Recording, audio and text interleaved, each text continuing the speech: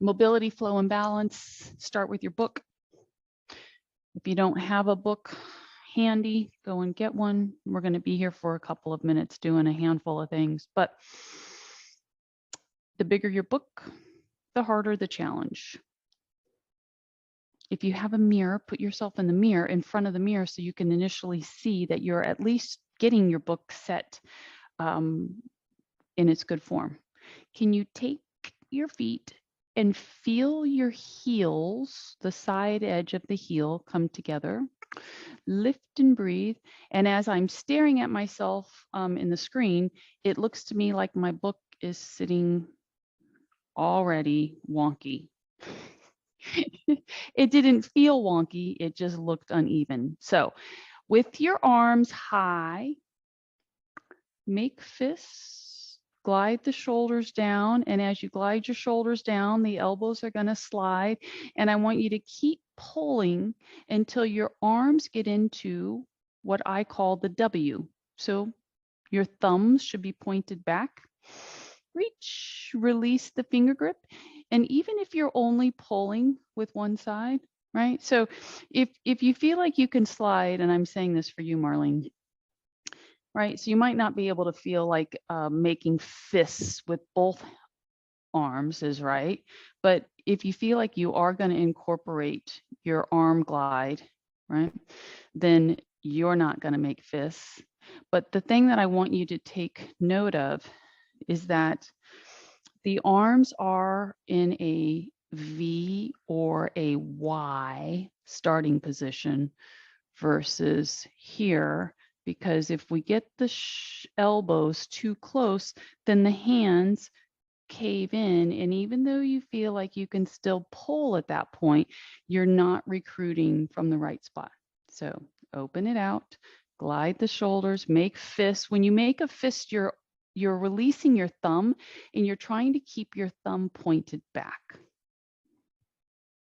The profile of this is that your arm, so from your wrist to your elbow, is a vertical line.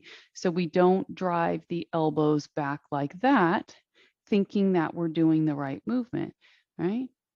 So you want the elbow to track straight down, belly to spine, gliding the shoulder blades, intentionally turning your thumbs back, right? So they're not turned in. It's all the nuances, right? Buns tight, raise it up, inhale. Make fists with the thumbs released from the movement, gliding shoulder blades, the elbows pull straight down. And if you're fully engaged, there's a natural stop point where your elbows don't just keep coming down and down and down, right? They actually have this comfortable stop position where all of your upper back muscles are recruited. Last one, inhale. Shoulder blades, fists. You might even be able to slowly turn your head so that you can watch your elbow to make sure that it's not sliding forward or back. It's really coming straight down. And then release the arms. Take a walk around your space. Anytime you feel like you need to make little adjustments to your book, do so. Yesterday's class had us doing acceleration and deceleration with our walk. So today, we're going to try to do that as well, except you're just not going to get yourself going as fast, right? So you are taking smaller little steps, and with your small step, it's like you're almost trying to be quiet. So the small little step will have you more like on a the ball of your foot, right? So as your leg transitions, it's a small little step, ball, right? Ball. And now slow it down, do full leg strike, heel toe, right? This is one of these movements where when I give in step down one-on-one with people and we're doing like from our little step base to a forward step down, so often the landing point for people is the ball of the foot, but that is incorrect. You want to feel your heel do a full strike, spread the toes, push off the other foot to propel yourself onto your forward leg. Isn't that crazy? So I'm just going to do a couple. If you face the screen and get yourself like going just forward to the screen, I'm going to be to the side to show you something. So as you take your stride and the heel strikes 2 straight legs, can you use the rear leg in its straight position to rock you to the toes of the front leg?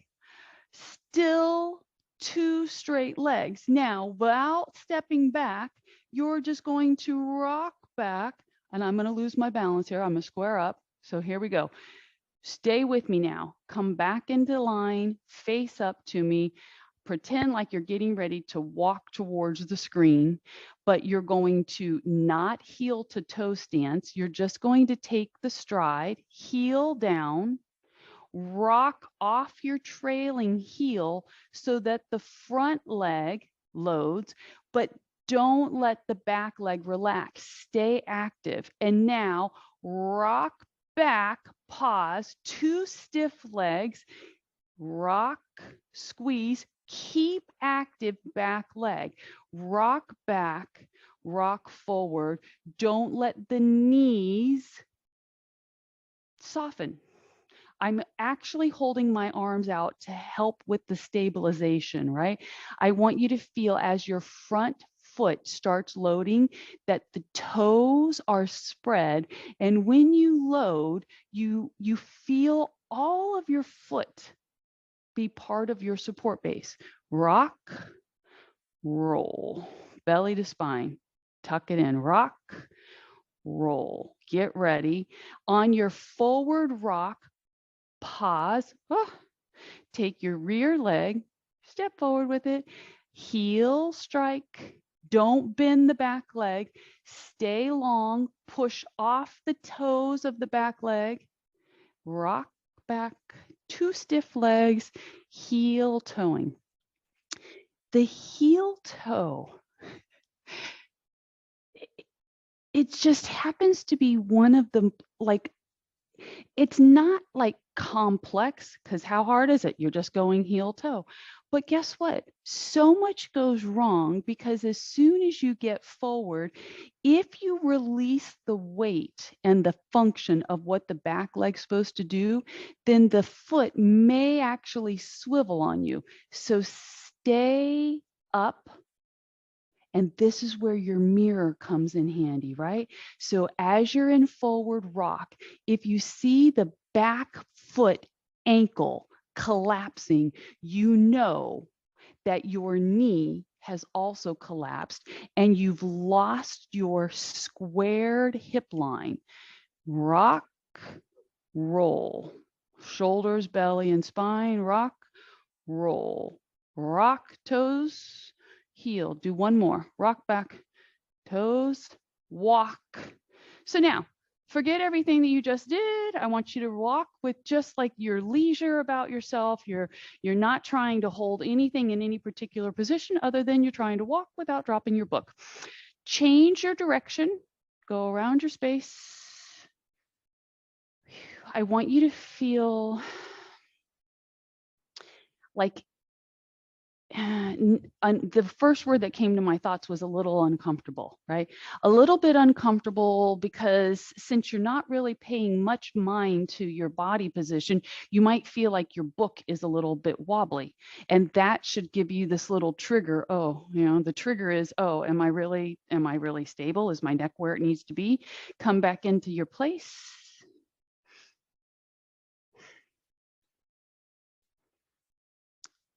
Separate your feet. This is going to be really weird, okay?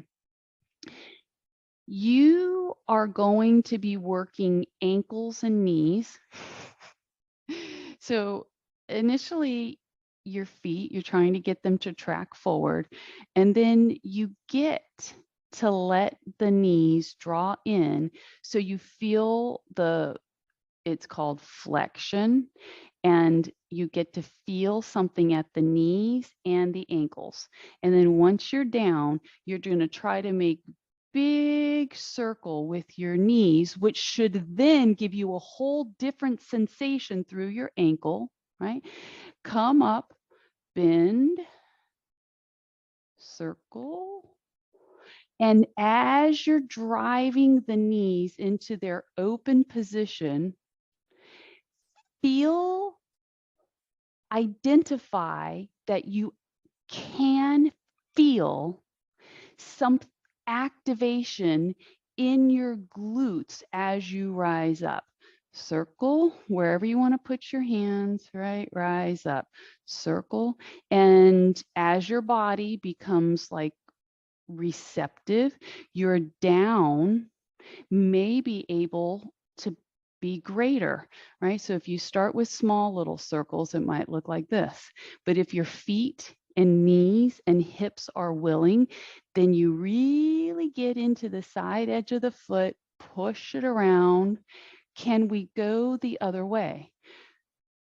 Close the gap just a little bit, because now as you bow out, you're trying to push your foot off of the instep towards the outer portion of your foot, which flexes the ankle, and draw the knees through the middle and stand up. Bow out. Crazy how restrictive you might feel. The key is to not let the heel lift off the floor. Pull it around, stand, bow out, try to pull the arch away from the floor in your squat, draw knees. It's like my hands are trying to help me, right? Stand, push, pull, push, pull, push and roll the foot, pull and roll the foot. Push and roll to the outer edge, close to the inner edge. Wow, 2 more. Push your arms, maybe going in, wax on, wax off, and release. Done with the book. That was perfect timing. Grab a little drink if you need. So you might want your chair, you might want your foam roller, you might use your sofa or your counter or your wall, right? It's just going to be something that helps us have a little bit of finger support while we do our heel and toe ball striking for our balance work. All right. So I'm going to use the foam roller just for the sake of having something handy as the visual. And I like to have the whatever it is I'm using as my support on the opposite side to the working leg.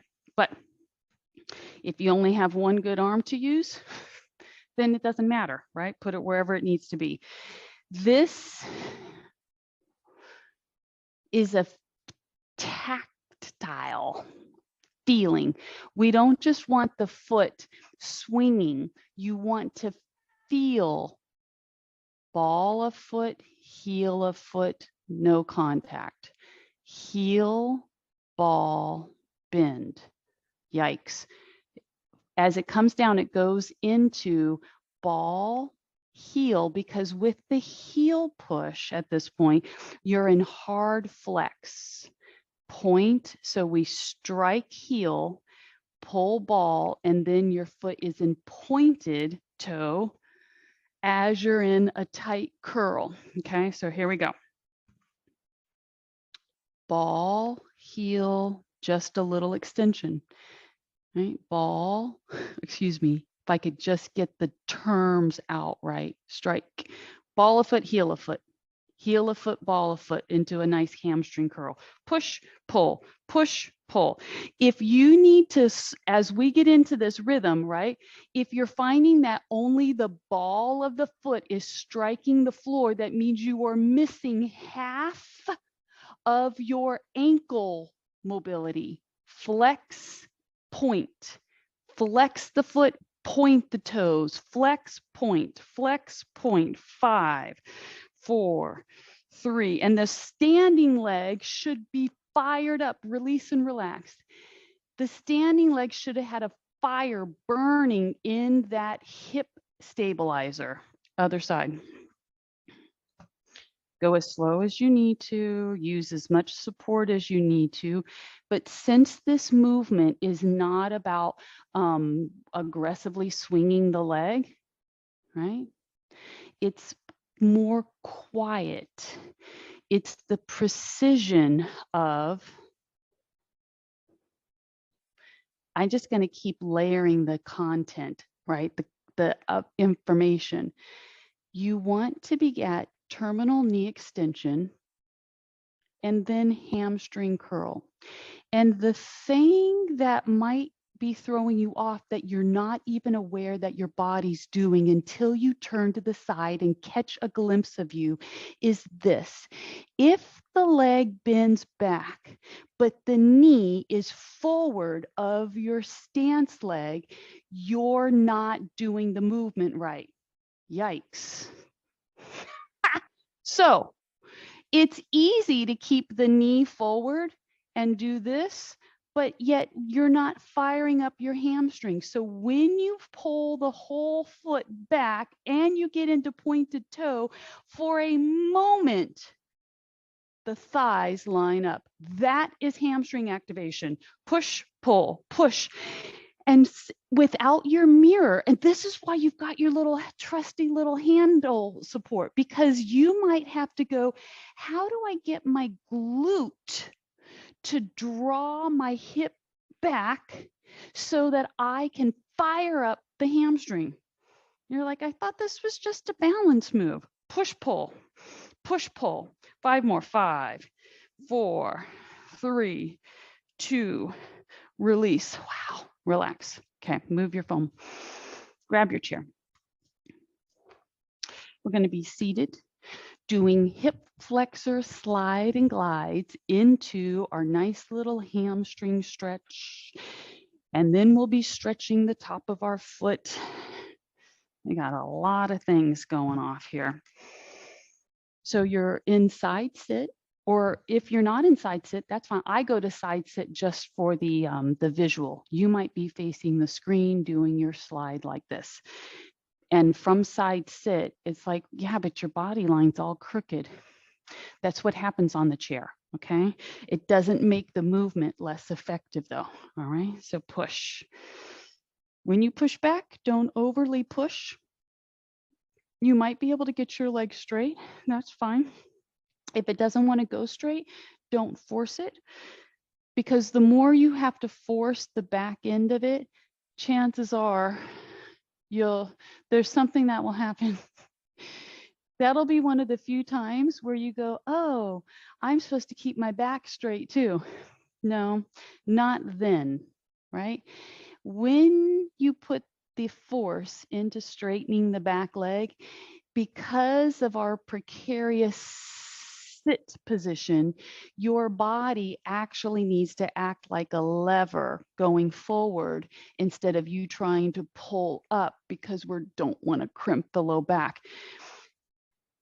I can understand how confusing it is when you think that you've just reminded yourself about a good technique as far as holding your carriage up. And then I come and say, well, that's not when you want to do it. Well, of all the times I go to elect to do it and you tell me that's not the right time, hold yourself into your 90 bin. The key is we can't hold our carriage up when our leg is way, way back there, because it causes the crimp to the spine. So the trick is, even for us right now, right? Can you float from S curve and draw your whole middle body back, not just your shoulders and your head, like someone is taking you and they're helping glide your body forward, and as you glide back, you go into pelvic tilt. My legs are in a nice 90. As soon as I get into the stacked position, I feel a gentle stretch. It's perfect, right? When I'm in forward rock, I don't feel the stretch. When I pull back and go to pelvic tilt, I feel the stretch, no strain. Release. Take the leg, and now I'm going to turn to the front so you can see the angle, right? So imagine that I just here, right? And now we're here. You're going to take your front leg. It gets to work at an angle. because there's no way on your chair can you track it straight ahead without you feeling like you're going to slide off. So we need to compensate for our weight. And forward roll. Pull it in, open it up, glide, and let your body come into this middle zone here where you get to use your arms as your little brace to help you maintain tabletop spine. Pull it back, open it up, push it out. You don't even have to hard crank the foot back. Just let the ankle relax. If you want to get a nice extra stretch across the top of the foot, try to press the toes to the floor. Come up, pull it in, open it up. Last one. Toes are reaching to the floor. Like, it's hard to get those toes to push down because they want to stay a little bit curled up. At least mine do. But I'm going to work on getting all of them to touch because the stretch changes when that happens. Come up. All right, leg number 2. Pick your position. The further your leg goes back, think about this nice long line from the back of your head to your tailbone, right? And then release. Drive it. You can be so far into a lean that you give yourself good support using your forearms because it feels good to get that long stretch, right? But that's me. If you don't want to go to long stretch and you want to keep yourself in that nice pelvic tilt position all the way through it, then you'll be feeling your hip flexor in a more intense way. Push. All right. Take it. I'm going to keep letting myself slide into that full leg extension. Inhale, exhale, push. Inhale. This is going to be your last one back, and then we're going to close it up and go into the primary position. I just considered that first slide and glide. We're just prepping, right, to get all the kinks out so that we can identify your good clean form. Look down. If your knee is sitting forward of your hip and you're like, but Michelle, that's as far, like I really can't get my leg back because my knee just won't go. And I realize I didn't get this information out on leg number 1. But that's when you would add your extra pillow height to your chair. My Eric's pad just happens to be right here, so point in case. I hate to assume, so I do like to think that I'm on top of giving modifications, but sometimes it's not the limiting factor that it's the hip. It's the fact that the knee doesn't want to be in so much compression. So the stretch is still intense. Even though I elevated my hips and I'm pretty flexible, I can still feel the stretch. Now that we're here, and we didn't do this on the other leg, we're going to twist our entire body, especially the down knee, twist in towards your chair. And Amy, hello, you may be on your ball. Maybe you're on an ottoman, coffee table. I don't know. We're only going to be here for another moment. And release. All right. So same leg is getting ready to slide. Rotate yourself. Okay. I'm going to move off my cushion because I know I don't need that. So I'm moving to one side of my chair, but you don't have to. If you want to put yourself in the middle, you're letting the leg glide out a little bit and you're coming right through. So you are not directing our stretch to the straight leg. That is so much more intense. You're like, but I want intensity. Then if that's what you want, then lift up, rotate your trunk, push the toes away, right? Because we're trying to get our extensors, and hinge. The stretch is so different. The reason why I want our body to come through the middle is because it's a twofold. You kind of get some hamstring and you kind of get some of the adductor, right? So push it out. I'm doing a couple of different things. I'm not just sliding on a wide leg. When I bring my leg back, I'm closing it, right? I'm letting it track out, and then I'm bringing body through the middle. Toes down or toes up, you decide how much do you want to feel in the calf. If when you're in forward roll and what you feel is dominant behind the knee, then you need to soften your knee. That means the insertion point of calf and hamstring, where they insert behind the knee, is a little too taxed. We do not want to feel strain behind the knee. You want to feel back of thigh and lower leg. Come up, give me a couple more. Push. I'm going to draw down through the middle. I can go all the way to the floor, lowering my head. Pull all the way up into ragdoll if you want. Push out, lengthen spine, hip hinge. If that's your stop point, stop there. But if you want to go further, lower yourself to the floor. If you want to change what your leg is doing, point the toes to the ground. Big stretch. Now, if you're all the way forward like I am, I know I'm going to put my hands on my thighs to help myself up because I don't want my back to do all the work. Come up. All right. So you're on your chair. Hopefully, for me with the carpet, right, I don't need to put my mat down. But if you're working on, tile, then you might want to position yourself with your mat down so that you can glide your leg, right? Run your mat towards the screen, put your chair on it so that you can drag and push your foot without there being like a whole bunch of friction or irritant if you're not in sock feet. When the leg goes back, this next time is when we're going to stay put.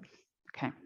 The same rule applies as far as trying to decide, do you need the extra cushion?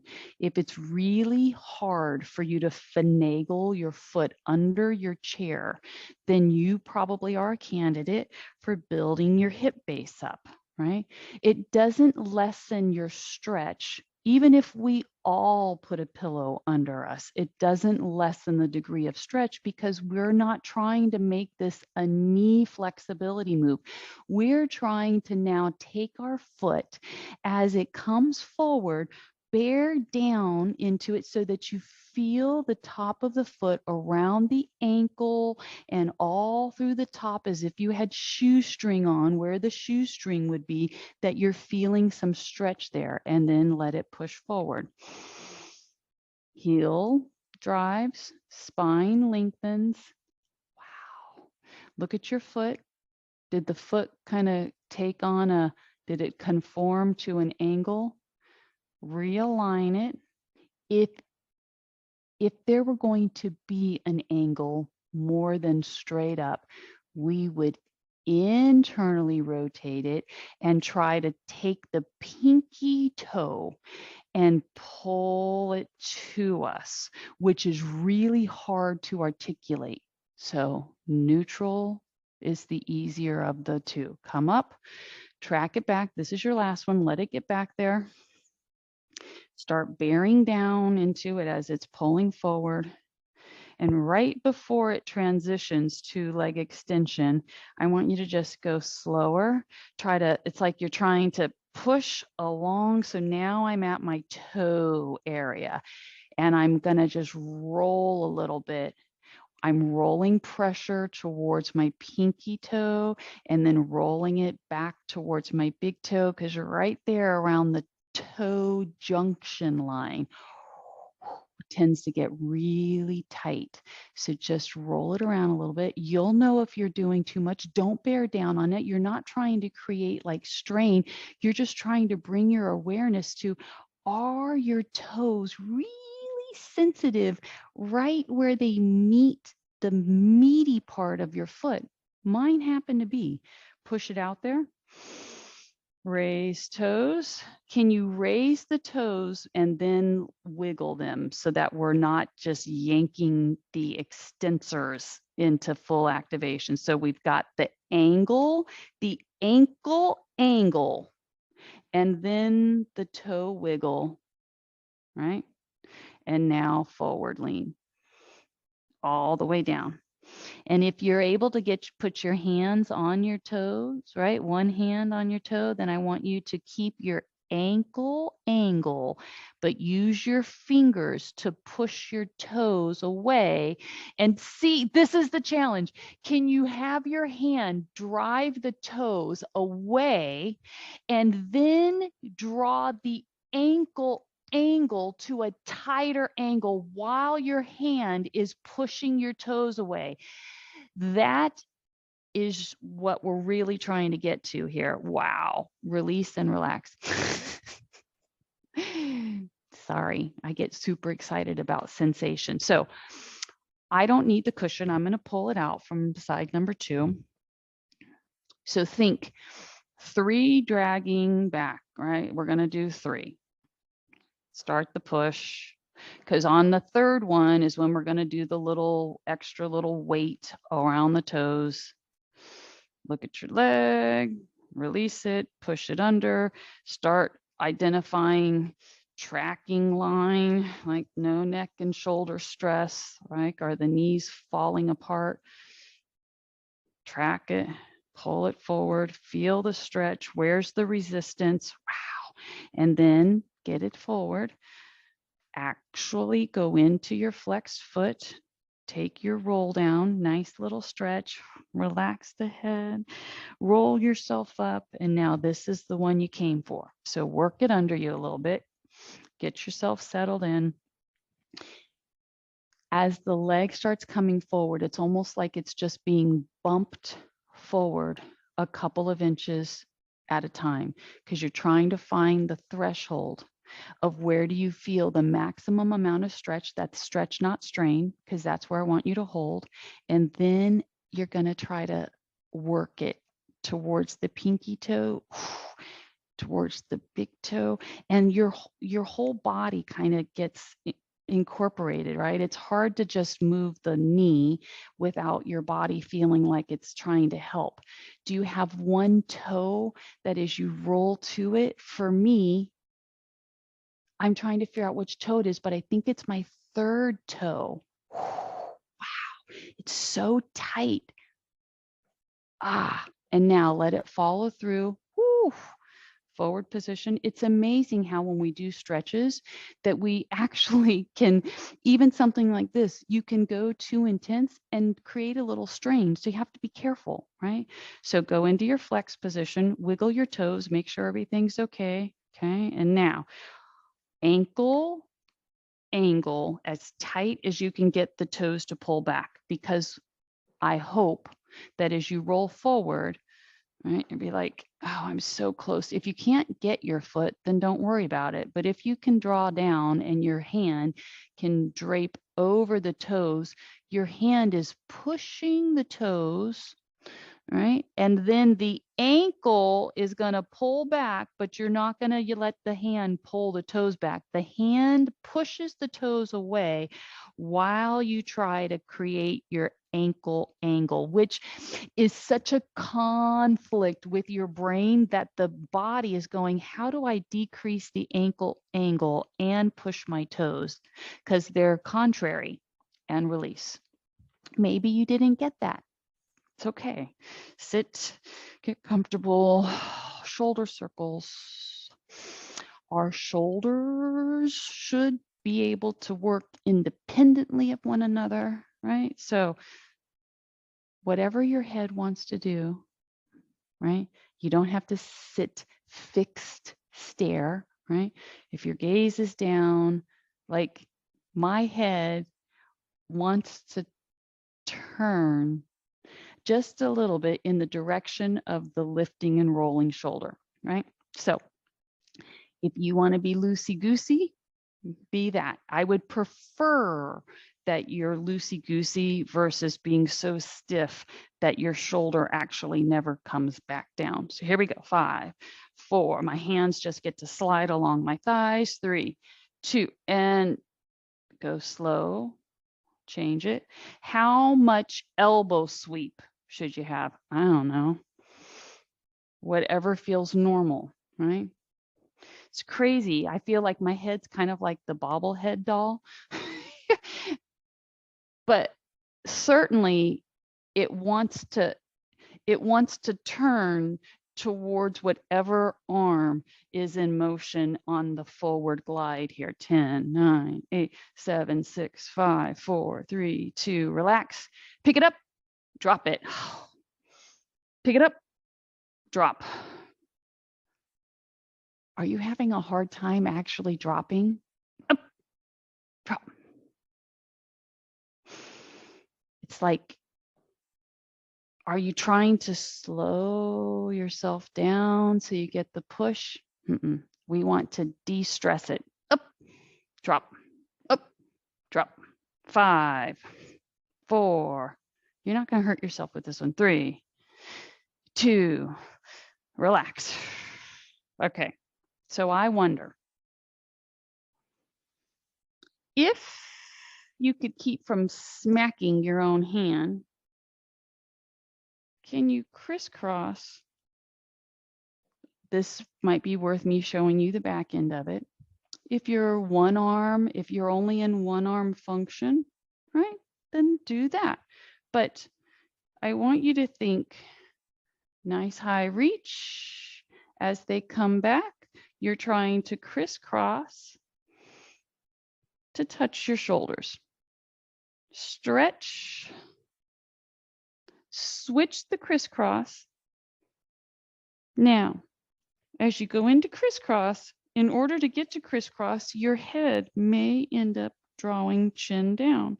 But once you get to crisscross, bring your head up. Oh, reach. Switch the lead hand, lower the head so we can diffuse some of the stretch. Can your fingers find the shoulders? Pull the head up. Wow, it's amazing, right? Release. One more.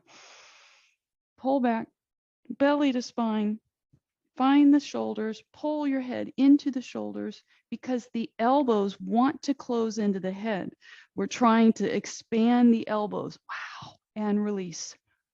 Amazing. So many things happen with our shoulders that as they start losing, you're going to come to stand now. As they start losing their range of motion, you might not even be aware how limited you are until you go and try to put your arms behind you, right? Because most of us don't have any trouble working in front of ourselves, but as soon as we open up and go, yikes, I'm tight through the chest, my forearms, my hands. So you're just floating, low level chest expansion, right? If you start catching yourself kind of rocking where when the arms open up, the hips push forward, I want you to try to root yourself nice and tight. Push it out. Thumbs turn back. Inhale, exhale. Alternating arm across the front. Yikes. Alternating arm, thumbs back. Inhale, alternating arms, exhale. And now release them. I want you to like Egyptian, right? I want you to feel like an Egyptian dancer to me is so like loosey-goosey, okay? So that's not going to be what our body does. It's going to be what our arms do. One hand is palm up, the other is palm down. And initially, all you're going to do is rotate. The rotation is not happening at the wrist, so it's not a wrist-specific thing, Marlene. You might be able to do this. The rotation is actually at the shoulder, right? So unless it's hard for you to hold your arm up, then try it with both arms. But lift. Remember how we lifted our shoulders and dropped them? You're not going to drop the shoulders. You're lifted so that when you switch the palm from palm up to palm down, you get to depress. Lift, let the arms transition, push down. Now you get to start softening the elbows. Separate your feet. It's taking on a life of its own. Are you ready? Lift, flip-flop the hands, glide the shoulders down. The elbows soften. So we're not in full active push. I want you to think more about just getting the track up, alternate, up, alternate, up. 3 more. Up. We're helping our body just go, okay, not so bad. It's a lot happening here, right? And now release. Sit down. See, that wasn't so bad. Belly to spine, marching feet. Why did I put my hands at my belly? They don't need to be there. That's just part of my awareness. As I'm dissecting the why I'm doing this, this is what comes to mind. I think for me, when I go hands to belly, what it allows me to reference is this. I can feel when I get extra little roll right here. So if I'm not seated in a really clean spine, I feel like it's mushy, okay? But when I'm at my erect position and my hands are here, I can feel the outline of my ribs and it feels like there's a rigidity here, right? But not here. There's too much extra. So that might be why I go hands here. It's the sensation of it. March, 10, 9, 8, 7, 6, 5, 4. Now you get to decide, can you go faster? Very little time with the foot on the floor, right? This actually becomes work mode. Shoulders, you might even find that you're kind of leaning back to help your feet get off the floor, but I want you to imagine that someone's pushing you from the backside, right? Holding you up. Those are your abs. Faster feet, faster feet. Ooh, so now that you're actually in speed mode, it should be easier to stay upright. The faster your feet go, why is that? Faster. Your body's working hard right here. But why is it easier on the whole rest of your trunk area the faster you move your feet? You want me to tell you? Slow it down. Isn't it harder to stabilize there? And now relax. We're going to go to the floor. You need your stretch out strap, your mat, your extra pillow, all of that good stuff. We're going to do quadricep stretch. We're starting off with modified cobra into quadricep stretch with the strap. Okay, so move your chair. And while you're getting set up, I'll pontificate on why I felt that the faster marching legs was easier on the trunk. And I think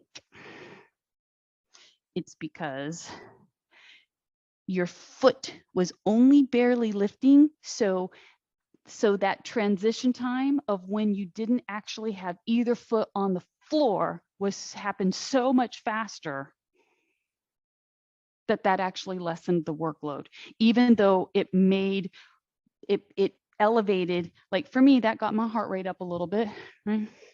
So the other day I was talking about my girlfriend, right, who's in a foot, she's not even in rehab. She's just in convalescing from a foot surgery. And when I think about all of the things that we do from a chair, it just made me wonder, here's what it made me know. It made me know, because she actually works with a trainer, right? And sometimes if you don't have injuries, you never really realize how much movement can be scaled back, but still be super effective, right? So even with her strength and her body, I find that even though we have strength and ability, we still incorporate the chair for a variety of reasons, not because we're injured, but because it's a great accessory, a great prop. It's a great starting base. So whether it's a chair or a bench, and I find that to have a limiting, to just think that you can't exercise during a convalescing period, that would be very depressing, right? especially if exercise is part of your MO.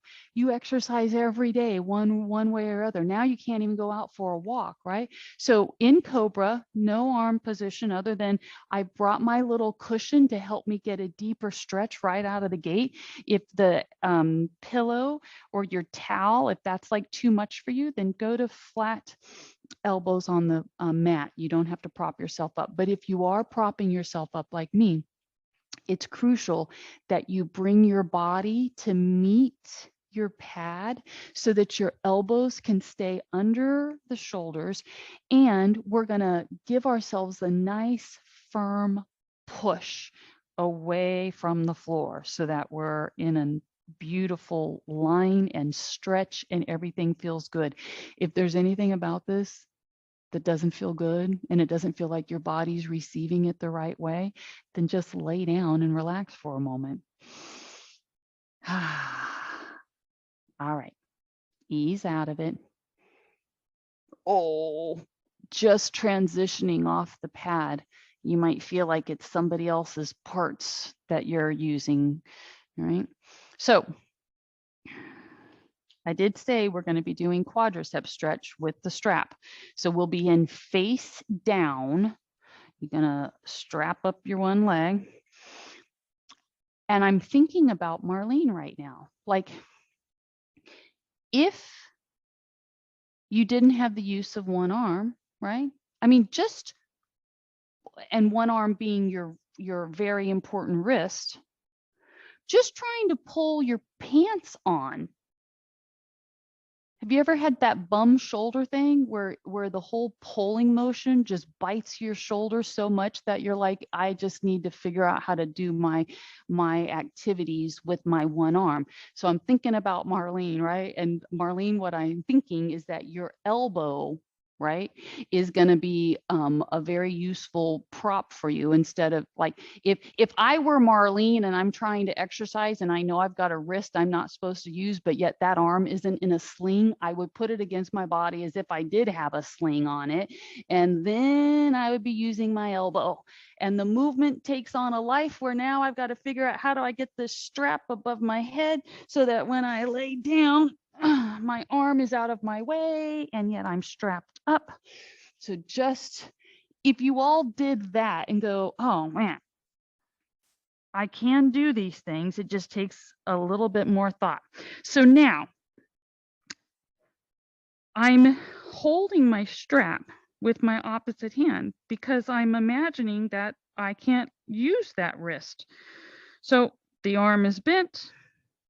I've got my hand pulling on the strap, but it's my opposite hand to my stretching leg, which for me, that's normally my setup anyway, because I like to take my same hand to the stretching foot and activate my stretch a little bit deeper. So you decide. Either way, you're trying to wiggle your legs together, pull the hip bones down to the floor. Can you tell if your foot is flopping towards the other leg? There's something that I've not talked about with you all before, if you can believe that I can remember that I've not mentioned this. But when I'm working one-on-one with people and I've got them in this stretch, I'm normally standing because I've guided them into the stretch. And then I get to see from a looking down perspective what angle their body is taking. And so often I find that their foot is sliding across their body. And what does that tell me? That tells me that the hip bone that's supposed to be on the floor isn't actually on the floor. And that chances are the knees that are supposed to be together are not exactly together. So just getting those two elements will get that foot tracking straight back instead of across the body. Now, release and relax, because that had to have been at least a minute. Take yourself, unwind yourself, help yourself up, elbow, right, hand, switch to the other foot. I'm still functioning like I don't have use of this hand, right? So it's off the floor, out of the air, all of that good work that we've practiced along the way, manipulating our body on our buns, right? This is the time it comes in handy because you actually need your hands, not if you've learned how to strengthen the muscles that are required to help you get around from right to left side. So here we go again, band in my foot. I probably won't be putting this one on YouTube. All right, here we go. Down and over. You know what I think would be really funny? Well, like funny, haha, for you guys to give me like challenges. But if you're like, hey, try not to use this today, like show us movements where, we can't actually put this on the ground, or we can't use this, like, because as I'm still holding my arm as if I've got a broken arm, right?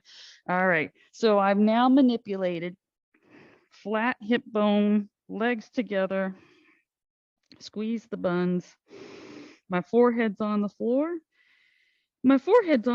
so that my neck stays neutral. If you stop squeezing your buns, wherever they go, right? Stop squeezing, because now I want you to set the legs back to being closed gap, right? No gap, pelvic tilt.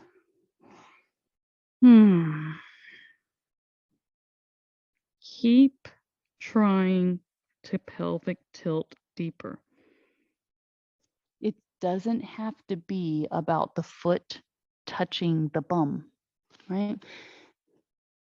The more aligned and the length from the knee to the hip, if you can get that leg to slide into what feels like a piece of taffy that's being pulled on, stretching, the stretch will be enhanced and release. All right, unfold yourself. So I'm going to roll onto my left side because I'm protecting my right arm, and I'm going to roll myself over, and I'm going to use my left elbow, and I'm going to sit up. All right. I'm just going to keep, and the funny thing is Marlene might be not doing any of these things, but I'm just going to keep pretending like I'm protecting my right hand and that I can't put any weight on it. So working myself back around, all right, getting into the center of my mat, pull one leg in, open the other leg. But you do have function of your left hand. So let that help you. Draw your right elbow towards the inside of that right thigh. We're just leaning right or left, whichever leg you've picked. This leg, though, that's supposed to be straight, what is it doing? Because unchecked, it might have just flopped out to the side. Let's take the load off of it, realign it. Something to consider here. If your leg keeps flopping out as soon as you start trying to lean to it, lasso it. All right. Let your left hand be like a tug. I'm using my right leg, so I'm calling out left hand. Opposite hand is kind of creating the tug line, right? Pull into it. There's something about being bound is the wrong word, but assisting with your strap, right? Because it will allow you to get your parts a little bit closer, but yet have this pull back with the opposite arm that gives you this attention to your back. So the attention is, as your arm is pulling on your strap, if you've gone this way with me, is to lengthen the spine, get the shoulders out of the ears, and feel that shoulder blade kind of engage. You're like, wow, that stretch, it intensifies the stretch. Release, other side. Now, if it's that the knee doesn't like to be folded in, then leave both legs straight. So here we go. You're like, oh, what's she going to do? Because now she can't use the opposite arm, right? Because it's not using the arm. I'm going to pull that shoulder back and lean in. So remember, I'm just demonstrating if the knees don't like torque, then you can do this with two open legs. twist the body. By me opening up and twisting my trunk, that helps me get my shoulder down. You all know that I love the extending arm, but it's not necessary, right? And I'm going to go back to the bent leg position, because the bent leg position changes the whole way your body sits, right? That knee might want to pop up. See if you can push it down. Oh, a few more seconds. Release and relax. Unfold. All right. Legs out in front. Can you pull one leg up? Wow. Sometimes it's not what you feel in the knee. It's that the pressure of the foot resting on the other thigh, like that can be a sensitive thing. Your quadricep muscle, just run your experiment with me. Okay. So if you're like, yeah, I'm not feeling any of that. Good. But can you take your foot and rub your foot across, and it kind of rolls over your quadricep muscle? Can you feel that? It's like gnarly and not knotted up in there. Ooh, that's like doing foam rolling, right? This is like cross fiber manipulation of your quad with your own foot. We haven't done foam rolling of our quads in so long, but just sliding that foot and ankle across that thigh and resetting it. Wow, right there, the intensity of it. Cross fiber manipulation. And now settle in, forward roll. I'm just allowing a little pressure, right, to help get the knee down. The other leg is straight, body line is square. Nothing about this should be comfortable.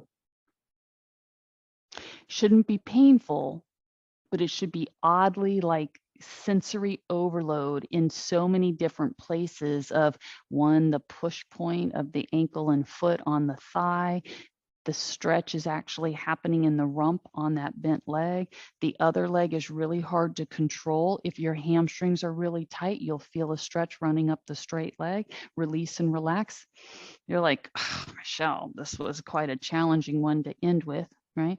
Just getting your leg up. If that rolls you back onto the back end of your sits bones, how high do you want to build yourself up? How much effort do you want to take? I would frankly use a smaller, like I'm opting for my towel versus my Airex pad. Elbow down, buns on the towel. And there's a sweet spot on the towel where you feel like you're not actually on it, where you're kind of teetering, where your buns have dropped just off the cliff. That's what it should feel like. It's a little wedge. Okay. Oh, boy, does that change the stretch. Now, you're just rocking and rolling. If you can keep holding your leg, again, I will keep coming back to the strap. I have to tell you, when your limb when you identify, oh man, my leg just wants to slide and I can't keep the angle on it, put your strap around your foot, guide it that way. Right? It's okay to be uncomfortable. It's okay to be uncomfortable and things be awkward, right? Wow. What have I been doing to my quads? They are like, I was going to say like marbles along the muscle, but it's more like golf balls. And now hold your position, right? If you're rocked back, this is it right here. If you're rocked back, post up, lean forward, align the down leg. Whoo-wee.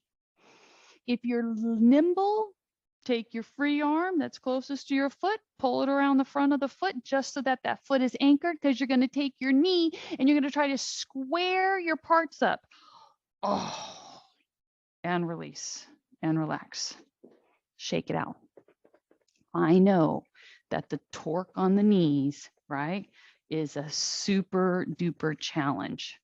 So if it's a challenge just because things are tight, that's one thing. If it's a challenge from injury, that's the other thing, right? You got to know the difference. Well done.